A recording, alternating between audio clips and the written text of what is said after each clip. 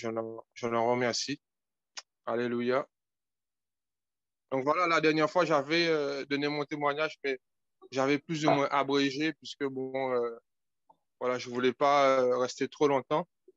Mais là, je vais réellement parler de plus de choses pour que vous puissiez bien comprendre. Donc voilà, quand j'avais l'âge de 3 ans, je vivais avec mon père et ma mère. J'avais mes deux parents. Et à l'âge de 3 ans, mon père est parti. Il m'a dit qu'il allait acheter un paquet de chewing-gum, mais il n'est jamais revenu. Donc dans mon enfance, j'ai toujours attendu ce paquet de chewing-gum, oui, mais j'attendais plus mon père aussi. Et en fait, mes parents se sont séparés à cet âge-là. Et donc, j'ai vécu avec ma mère. Je suis né en France et j'ai fait pratiquement toute mon enfance en France jusqu'à jusqu'à l'âge de... J'ai fait mon enfance en France jusqu'à l'âge de 12 13 ans. Et mon père avait laissé ma mère avec beaucoup de dettes puisque, en fait, tout ce qui s'agit factures et démarches administratives ou autres, ou des crédits ou autres, il avait mis certains crédits à son nom. Et, et en fait, elle s'est retrouvée à charge de tous ces crédits. Et ne pouvant plus payer et s'en sortir, elle était fichée à la Banque de France.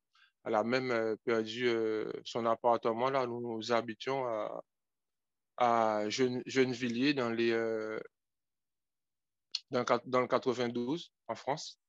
Et en fait, ben, on s'est retrouvés dehors. Un jour, j'ai vu un huissier avec la police et, venir et, nous mettre dehors. Donc voilà, j'étais jeune et en voyant cela, je crois que c'est à ce moment-là, je crois que j'avais exactement ouais, 11 ans. Et en voyant cela, je ne savais plus quoi faire, quoi, puisque bon, tout ce qu'il y avait dans la maison, il le prenait, ça appartenait plus à ma maman, on n'avait plus de maison, on était dans la rue. Et en fait, en me trouvant dans la rue, même vu des gens qui essayaient de venir voler les meubles et autres pendant que les policiers, les huissiers étaient là. Et, c'était un seul méli-mélo. Moi, j'étais jeune et je ne comprenais rien, mais tout ce que je voyais, c'est que ma mère était triste et qu'elle pleurait beaucoup. Et je ne savais pas quoi faire, en fait. Et elle a trouvé le moyen qu'on puisse aller chez une de ses collègues de travail. Et de là, ben, ne pouvant plus s'occuper de moi, n'ayant plus les moyens, ben, alors, elle m'a envoyé sur l'île de la Guadeloupe, aux Antilles, chez sa mère, chez ma grand-mère. Donc voilà, j'ai fait ce voyage de la France aux Antilles. Et dès le premier jour, je suis arrivé à l'aéroport Résé, Paul Caraïbe, les Abîmes, en Guadeloupe. Euh, je suis arrivé là-bas, donc voilà, une dame était venue me chercher, m'était venue me chercher. C'était ma grand-mère. Et c'est la première fois que je la voyais. Et elle était venue me chercher pour aller chez elle. Maintenant, voilà, je me faisais une raison que, voilà, maintenant, ben, j'habite plus en France, mais j'habite aux Antilles maintenant, sur l'île de la Guadeloupe. Et donc, nous sommes entrés. Dès le premier jour où j'ai posé mes valises, le soir, c'était l'après-midi, je suis arrivé dans l'après-midi, le soir est venu, le soir est tombé. Et j'étais dans la chambre là, et je pensais beaucoup à ma maman parce que j'étais séparé de ma maman. Et c'était un traumatisme et un choc pour moi. Et à ce moment-là, au même moment, j'entendais des cris horribles, lâche-moi, que fais-tu? Tu vas me tuer. Et puis ma grand-mère, elle vivait avec quelqu'un qui était son mari et qui n'était pas mon grand-père, qui n'était pas le père de ma mère. Et cet homme-là était très violent, il était méchant, il pratiquait la sorcellerie, et il était très violent. Et à ce même moment, il battait ma grand-mère avec un marteau. Et c'était une grande souffrance. Et en voyant ça, je savais pas quoi faire, quoi. J'ai voulu chercher un téléphone et appeler la police. Et ça, je savais déjà le faire. Mais il m'en a empêché. Il m'a enfermé dans la chambre et il a continué à aller.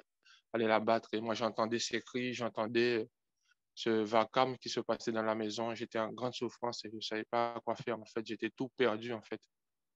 Et au fil des temps, de jour en jour, ben, je vivais avec cette violence dans cette maison. Et moi, ça me rendait plus à avoir peur dès que j'entendais un cri ou quelque chose qui bouge dans la maison. J'étais déjà inquiet. Mon cœur commençait déjà à battre vite. Ouais, je me sentais vraiment désemparé, déboussolé. J'étais très souvent bouleversé pour un rien, pour un petit bruit, un petit truc. J'avais tout le temps peur. Et j'avais pas moyen de communiquer avec ma mère. Et chaque fois que je parlais de ma mère, on pouvait pas l'appeler, on pouvait pas communiquer avec elle. Les années sont passées ainsi. Et après, quand j'ai grandi vers l'âge de 14 ans, je crois, si je ne me trompe pas, à ce moment-là, j'ai découvert dans la maison ce que cet homme faisait, le mari de ma grand-mère. Je l'ai vu quand ma grand-mère partait, puisqu'elle avait une boutique, un petit supermarché, ce qu'on appelle une boutique dans les îles. Et elle partait aller travailler le matin à la boutique. Et ben moi, des fois j'étais là. Des fois j'allais à l'école et des fois pas. Je vais vous expliquer pourquoi. Et j'étais là et là, je voyais des gens venir dans la maison. Et lui, il me disait tout le temps, reste dans ta chambre, reste dans ta chambre. Et donc, je voyais des femmes venir dans la maison. Et donc, il y a plusieurs nationalités et plusieurs langues sur l'île. Il y a les Guadeloupéens, il y a des Français aussi de souche. Il y a aussi surtout aussi des Haïtiens et des Dominicains. Et c'était des Haïtiennes qui venaient dans la maison et ils commençaient à parler de différentes langues bizarres que je ne comprenais pas. Et c'est un jour où j'ai été surveillé par le trou de la serrure, ce qu'ils étaient en train de faire. Et ils avaient pris des animaux, des poules, il y avait du sang, il y avait des noms des gens marqués sur une feuille et dans une bouteille, tout ça. Et ils invoquaient des noms bizarres. Et puis il y avait quelqu'un qui commençait à trembler, comme il se transformait comme, un- comme, un- comme une bête, en fait. Il avait la voix d'une bête. Et moi, je me suis dit, mais c'est quoi toutes ces choses-là? Et puis, j'en avais parlé à un ami. Il me dit, oh, ben, c'est la sorcellerie, tout ça. Je ne sais même pas c'était quoi cette histoire de sorcellerie et tout. Et c'est un jour où, chaque fois, je remarquais dans mon armoire où chaque fois qu'il y avait des vêtements à moi qui disparaissaient. Et en fait, c'est ce monsieur qui les prenait. Il les prenait. Et après, il revenait avec, il me disait, ah ben tiens, ton vêtement et tout ça là, que tu avais perdu, là, tu laisses traîner tes vêtements, mais mes vêtements ne traînaient nulle part, mais il me les redonnait et il me disait, là, mets-le sur toi aujourd'hui, là, habille-toi comme ça. Et en fait, c'était tout simplement pour que la sorcellerie puisse me toucher, en fait. Et donc la nuit aussi, il avait mis mes cheveux ou mes chaussettes ou quelque chose comme ça cousu dans mon oreiller. Et comme ça, la nuit, au beau matin, quand ma grand-mère partait travailler, il venait et il me parlait. Et moi, je parlais et je racontais tout ce qui s'était passé dans la journée et tout ce qu'on faisait, tout ce que ma grand-mère disait, comme ça, il pouvait le savoir avec les démons, les morts que lui, il invoquait en fait dans cette sorcellerie. Et donc, tout ça m'a bouleversé, j'étais traumatisé. Souvent, la nuit, quand je dormais comme ça, il y avait quelque chose qui venait comme ça et qui tirait mon drap et qui me prenait, qui me touchait, et touchait mes parties intimes, tout ça. Je me disais, mais qu'est-ce qui se passe? Je vois personne, mais je me sens touché. Et je sentais que j'avais mal. Donc, les démons venaient me violer, en fait. Et c'était terrible pour moi. J'avais peur, je ne savais pas à qui parler, qu'est-ce qu'il fallait dire. Même quand je parlais de certaines choses à ma grand-mère elle était déjà dans la terreur, dans la peur. Fallait pas trop parler, il fallait faire attention à ce qu'on dit dans la maison pour pas qu'il puisse écouter, entendre. Il a même le téléphone, comme il travaillait aujourd'hui c'est France Télécom. Bon, avant c'était, je crois, il y avait les PTT, c'était des PTT. Et il avait branché le téléphone de la maison sur notre téléphone et sur un enregistreur. Et quand il allait dans sa chambre, il écoutait toutes les conversations le soir quand il rentrait du travail. Il savait tout ce qu'on avait dit, à qui on avait téléphoné, parlé. C'était terrible, quoi. Et un jour, le Seigneur, en pleine nuit, comme ça, il a ouvert mes yeux. Et puis là, j'ai vu autour de mon lit, j'ai vu ces esprits qui mouvaient comme une fumée noire qui mouvait à côté de moi. Et il y en avait un qui était un peu plus grand que les autres et qui commandait les autres et commandait aux autres de venir me toucher. Et moi, quand je les voyais, j'essayais de me cacher sous mon drap, j'essayais de me défendre comme je pouvais, mais bon, malheureusement, ils étaient là pour me violer, en fait. Et, euh, un jour comme ça, j'ai entendu parler d'une histoire de Dieu, qu'il fallait aller dans une église catholique, qu'il fallait prendre des bains, faire ci, faire cela pour pouvoir être délivré, tout ça. Et j'en avais parlé à ma grand-mère. Ma grand-mère m'avait emmené certains endroits pour être soi-disant délivré, mais bon, c'était encore plus mal en fait. Il n'y avait pas de délivrance dans tout ça. On prenait des bains avec des herbes bizarres, on faisait des choses bizarres, ils invoquaient des choses bizarres. C'était encore plus de sorcellerie que tout en fait. Et au final des temps, ben, je commençais à ne plus avoir confiance en moi. J'étais tout perdu, même à l'école. C'était terrible pour moi. Mes notes chutaient. Je voulais plus rien apprendre. Je voulais plus être quelqu'un, en fait. Je me sentais plus quelqu'un moi-même, en fait. Et même quand ma grand-mère partait, quand j'allais à l'école, des fois, ben, ce monsieur, il m'enfermait dans le poulailler. Pendant au moins toute une matinée, même des fois toute une journée.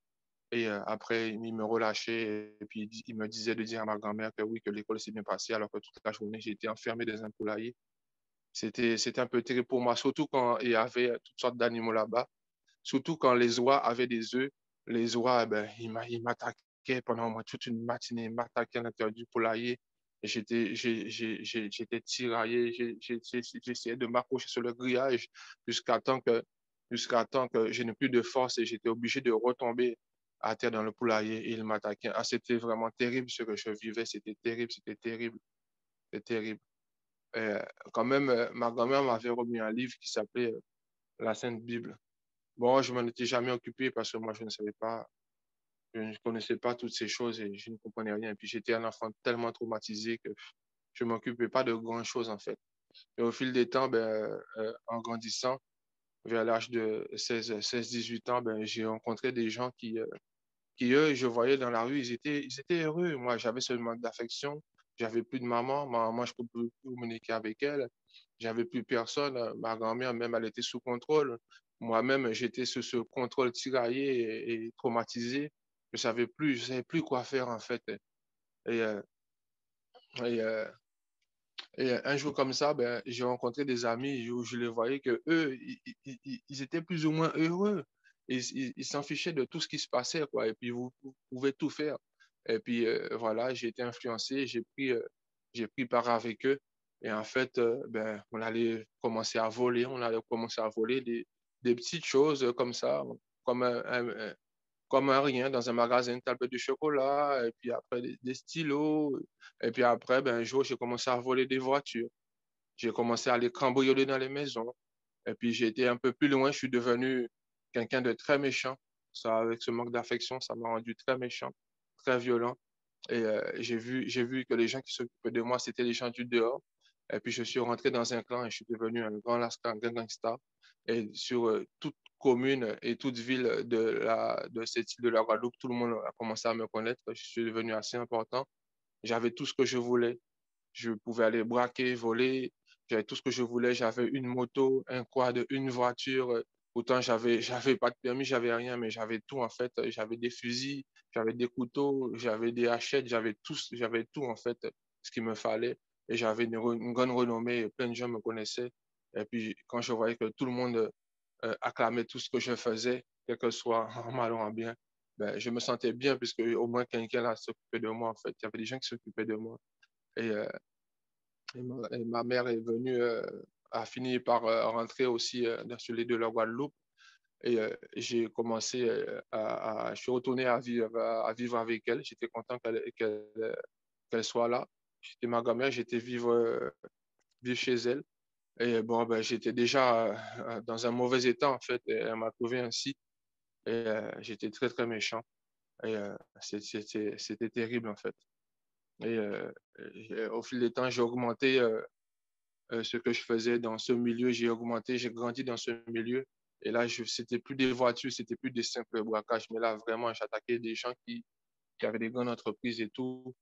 Et je les attachais, eux et leurs enfants, je les frappais, je les terrorisais pour me donner les codes du coffre, les clés du coffre, je volais leur voiture et tout. Et c'était terrible, c'était vraiment terrible. Certaines fois, j'ai aussi tiré sur des gens, mais heureusement, grâce au Seigneur, je ne les ai pas tués. J'ai blessé beaucoup de gens, j'ai donné des coups de scie, j'ai fait beaucoup de choses terribles. C'était vraiment le sang coulait, coulait, coulait. J'aimais faire du mal aux gens. Et pour moi, c'était euh, m'en sortir, en fait, comme quelque chose que je devais ressortir de moi, quoi. Ce que j'avais vécu, il fallait que d'autres personnes le sentent autrement aussi et sentent que moi, je suis quelqu'un pour qu'ils puissent me respecter et m'élever, moi. Il fallait que je me montre, enfin, je voulais voir que les autres gens voient que, enfin, vous me voyez, je suis là. Moi, je suis là aussi. Maintenant, je suis plus le petit que j'étais là, traumatisé là. Je suis là aussi. Et, dans cette île, il y a aussi un style comment j'allais dire, de perversion où les jeunes filles, beaucoup de jeunes filles aiment bien ces styles de gangsta, la scar. Tu n'as pas besoin de parler dès qu'ils te veulent ta moto, ça y est, t'as tes locks, t'as ton fusil à terrain, ça y est. Une fille est déjà prise sur le coup, ça y est. Et c'était comme une compétition. Il fallait montrer aux amis que ouais, t'en as une par là, une par là, une par là. J'en avais 9. Et même des fois, je ne savais même plus c'était qui, à qui je parlais, si c'était Sabrina, Sylvie ou autre. Et donc, je les appelais lundi, mardi, mercredi. Et lundi 2, mardi 2, mercredi 3. Et bon, eux, ils s'en fichaient en fait. Tout ce qu'ils voulaient, c'était être avec moi. Moi, j'avais de l'argent. Je marchais avec des 2000, 3000, 3000 euros de ma poche. Comme ça, je pouvais faire tout ce que je voulais tous les jours. J'avais au moins 2000, 3000 euros sur moi. J'avais mon fusil avec moi. Le matin, quand je me levais, la première chose que je faisais, je regardais mon fusil. J'avais plusieurs fusils. Il y avait un fusil que j'aimais beaucoup et que je regardais. Et quand je le regardais, j'entendais une voix qui me parlait. Et il me disait, bon, que veux-tu faire aujourd'hui? Et elle me disait, aujourd'hui, tu vas faire tant d'argent par tel endroit. Et là, je prenais ce fusil. Une fois avoir entendu la voix, je partais. Et ce qui était dit, ça se produisait. Et là, je me disais, waouh, waouh, j'ai quelqu'un avec moi là, ça rigole pas. Tout ce que le fusil il dit, ça réussit. Jusqu'au jour où on m'a arrêté une fois, on m'a arrêté deux fois, j'étais en prison une fois, deux fois, j'ai été sous bracelet électronique, j'ai fait plein de choses terribles jusqu'à un jour aussi. Les forces de l'ordre, ça ne suffisait pas. On avait dépêché les forces de l'ordre contre moi. En fait, sur toute l'île, j'étais en cavale et là, c'était terrible. On me cherchait partout. Et voilà, cette vie que je menais, terrible, et qui était très, très mauvaise en fait. Et un jour comme ça, je ne sais pas qu'est-ce qui m'est arrivé. C'est comme ça m'a pris. Je me suis retrouvé assis dans la ville là où j'habitais et j'ai senti quelque chose qui me disait, regarde autour de toi. Puis je regardais les gens, je regardais autour de moi, je regardais ce qui se passait. Et puis je sentais comme une réponse évidente qui me venait, qui me disait, mais tu vois pas que tout le monde se ressemble, tout le monde vit pareil. Et toi, si tu fais ainsi, tu veux continuer ainsi. Et puis cette remise en question m'est restée là. Et puis après, j'ai décidé d'aller faire une formation en mécanique. J'aimais bien la moto, tout ça, les voitures. Et puis, vu mon état, vu comment j'étais, il fallait quand même que je change un peu d'attitude parce que j'étais pas, pour moi, j'étais pas n'importe qui, ce que les autres considéraient aussi. Mais j'étais dans cette formation et j'étais bien sûr, j'étais le chef, le cahier de cette classe. Et là où j'étais, j'étais à l'internat dans cette formation. Et puis, mais il y avait un jeune homme bien spécial dans ma classe. En fait, il n'était pas comme les autres. Puis, bon, voilà, personne ne s'occupait de lui. Il était comme rejeté, comme quelqu'un qui était nul, qui n'était pas comme les autres. Il ne faisait pas partie de pour nous, c'est comme s'il ne faisait pas partie de notre classe, et comme s'il n'était pas à notre niveau, parce que c'était comme quelqu'un de perdu. Et ça m'a rappelé un peu moi aussi, quand j'étais un peu plus petit, plus perdu aussi. Et puis, ce garçon-là, en fait, j'ai commencé à lui faire du mal. Je l'ai volé, j'ai fait plein de choses de mal, j'ai mis des problèmes contre lui, tout ça. Et, malgré ça, il venait devant moi, il me disait, tu sais quoi, je te pardonne, je t'aime, que Jésus te bénisse. Je me disais, mais qu'est-ce qui lui arrive? Il est complètement perché, il a un problème, lui. Il me parle de Jésus, de ne sais pas quoi, je ne sais même pas de quoi il parle là, de quel Dieu il me parle, c'est quoi son problème là? Et puis moi, ça m'incitait à le faire plus de mal. Et même si je pouvais lui faire tout et n'importe quoi, mais il n'était pas comme les autres. Et ça me dérangeait, moi, parce que normalement, tout le monde avait peur de moi. Tout le monde savait qui j'étais. Je pouvais laisser mon véhicule là, partir dans une autre ville. Le lendemain, je reviens. Mon véhicule et sa clé est là. Personne ne l'a touché parce qu'il savait qui j'étais. J'étais très important et beaucoup de gens me connaissaient. Et parmi tous les clans, il y avait beaucoup de gens qui avaient peur de moi. Mais lui, là, lui, tout simple comme il était, le petit rejeté, lui, il n'avait pas peur de moi. Ça, c'était quand ça me touchait. À un moment donné, j'ai dit, là, lui, je vais le frapper. J'ai sorti mon couteau, j'ai essayé de le frapper. Mais je sentais qu'il y avait quelque chose qui m'empêchait de le faire, mais je ne comprenais pas pourquoi.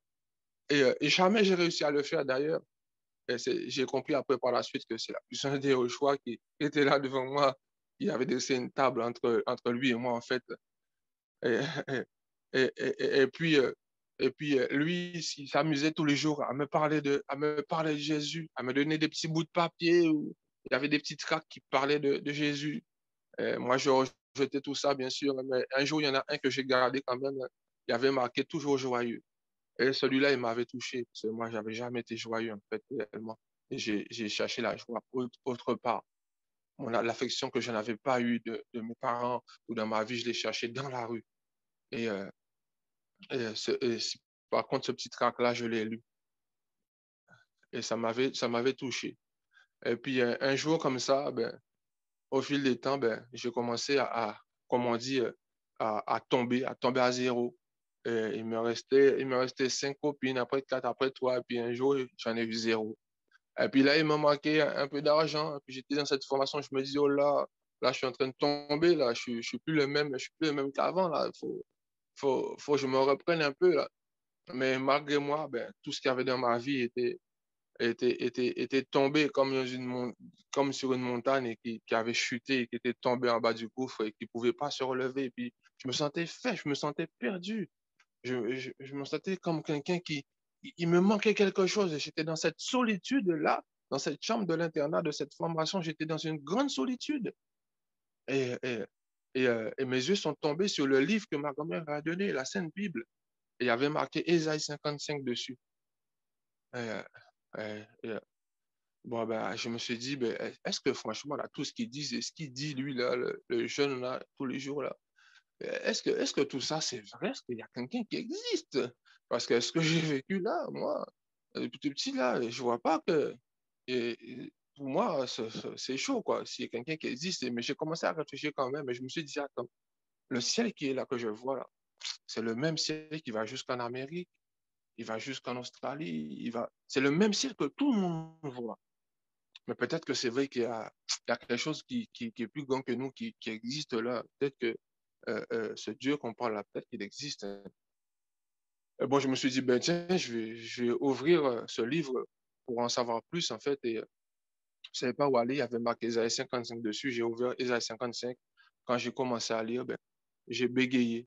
Et là, ça m'a fait peur. Je me suis dit, oh là, ça, c'est un livre de malédiction, ça. J'ai voulu le jeter, mais j'ai pas pu le jeter, mais je l'ai balancé dans ma chambre quelque part sans m'en occuper. Et puis après, un autre jour, comme ça, encore, je sentais encore de plus en plus cette solitude dans mon cœur, comme si déjà j'avais plus contact avec ma mère, vu comment j'étais devenu, et plus contact avec personne. Là, j'étais vraiment seul, j'étais seul. Et je sentais cette solitude et cette tristesse dans mon cœur, et j'étais seul. Et là, je me suis dit, non, c'est pas possible, là. J'ai plus personne, j'ai plus rien, je suis tout seul, là. Ah non, là, si d'autres personnes qui me connaissent me voient là, ils vont voir que je suis tombé, que je ne suis plus rien. Là, maintenant, là, tout le monde pourra m'atteindre. Là. Je ne suis plus la personne que je suis. Qu'est-ce qui se passe?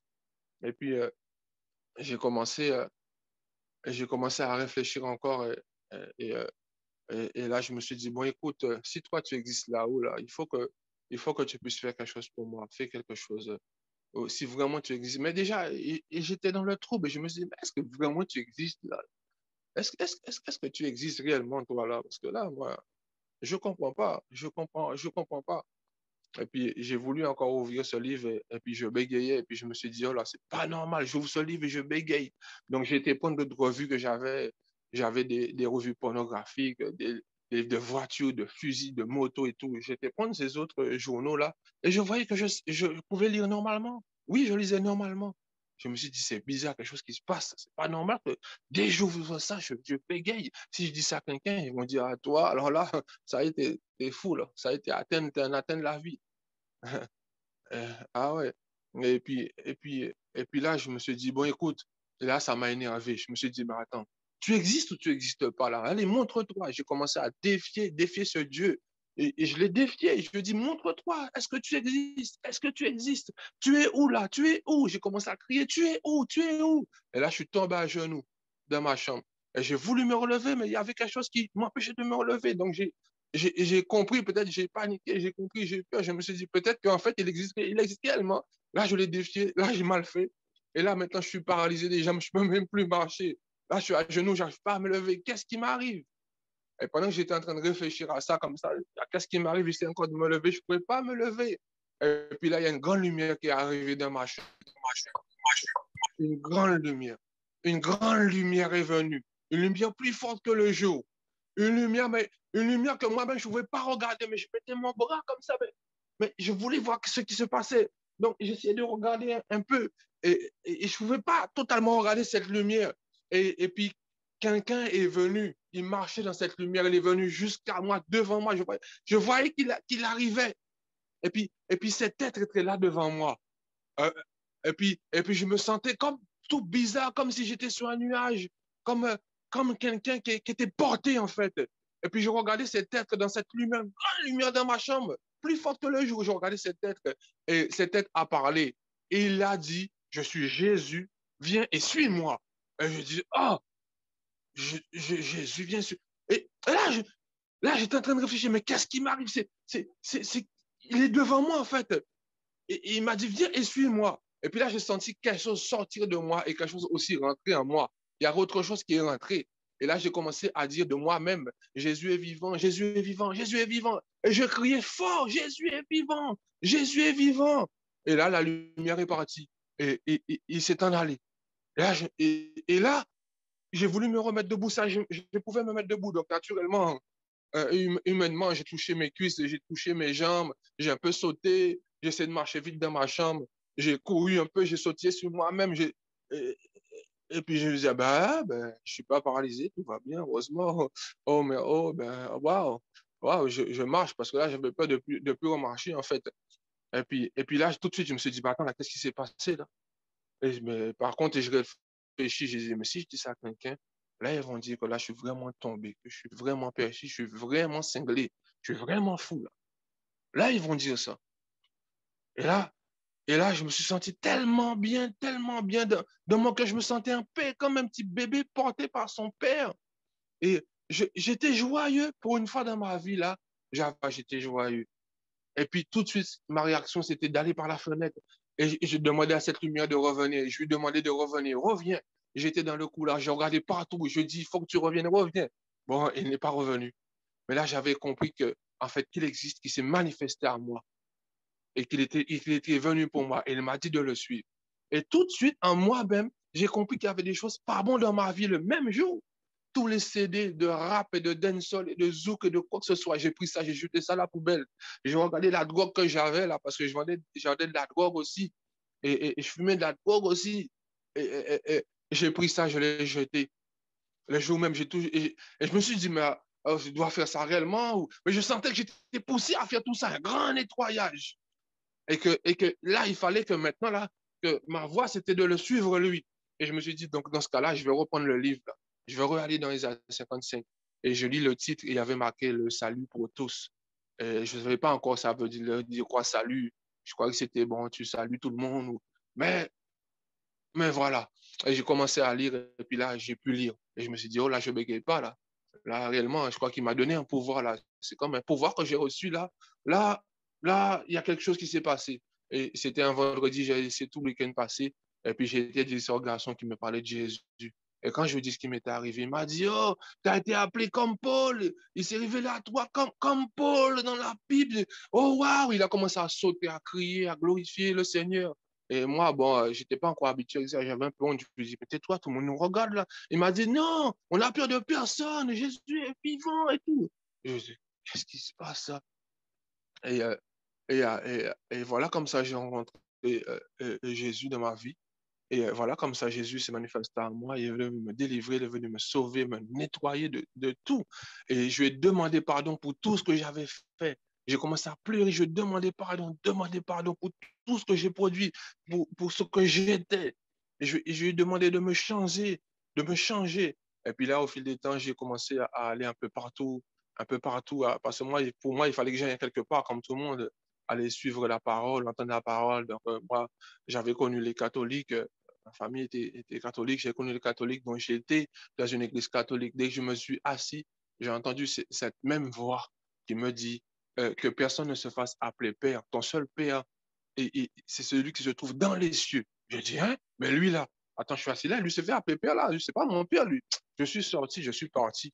Après, j'ai été dans divers assemblées, j'ai été chez les adventistes, je sentais que ça n'allait pas. J'étais chez les évangélistes, je suis resté pendant très longtemps, mais à chaque fois, je voyais qu'il y avait quelque chose de différent entre eux et moi, parce qu'ils se comportaient quand même, comme le monde quand même. Il y avait quelque chose qui restait là.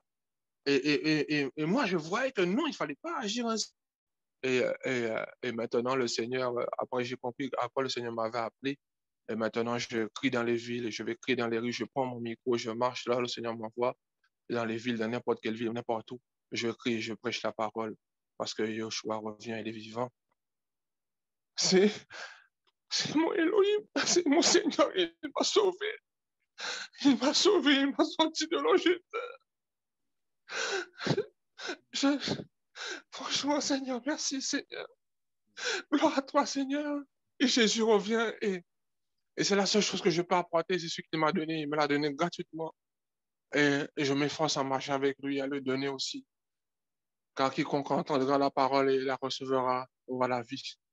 Donc voilà, voilà mon témoignage aujourd'hui.